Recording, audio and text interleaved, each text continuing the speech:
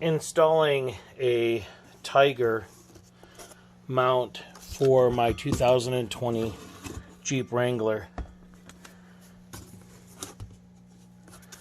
Pretty high quality stuff. Turns out that we have an L bracket under here, so we've got to be able to take these screws off here, this nut, and then size 16 fine threaded. These came right out pretty easily.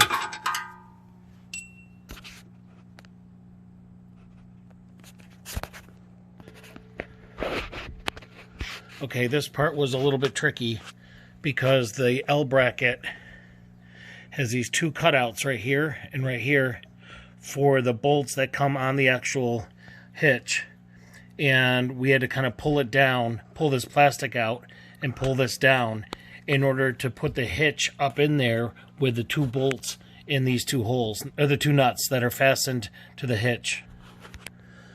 Okay, I had to push hard in order to get the hitch to go back up in there, but it's all lined up, and I'm replacing the fine threaded factory installed number 16 hex nuts or hex bolts, I'm sorry. Don't forget to put this mounting bracket on for the wiring hardware. I waited until after, and it was kind of difficult to line up.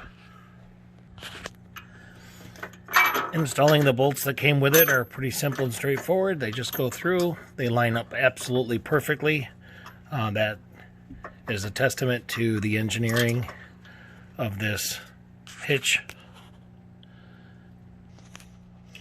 Okay, the last thing to do is install the bumper bolts that hold the L bracket in, and it is fully installed.